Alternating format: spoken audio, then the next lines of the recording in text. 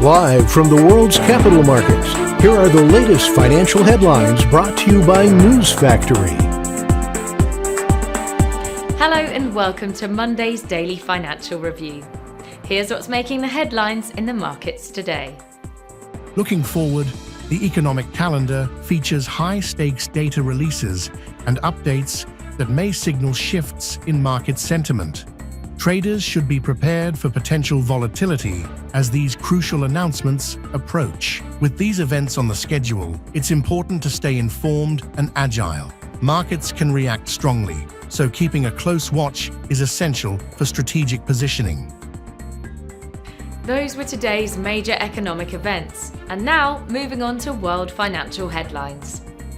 Japanese shares are expected to keep setting records even as the nation's currency and bonds sputter after fiscal dove Sanai Takaichi was elected on Saturday to lead the ruling party and become prime minister. Oil prices settled higher on Friday but posted a weekly loss of 8.1% after news of potential increases to OPEC Plus supply. For the week, Brent fell 8.1%, the largest weekly loss in over 3 months. WTI tumbled 7.4% in the week. The dollar retreated to end last week, posting multi-week losses against major currencies as uncertainty surrounding a U.S. government shutdown clouded the outlook and delayed key data releases, such as payrolls, critical for gauging the economy's direction.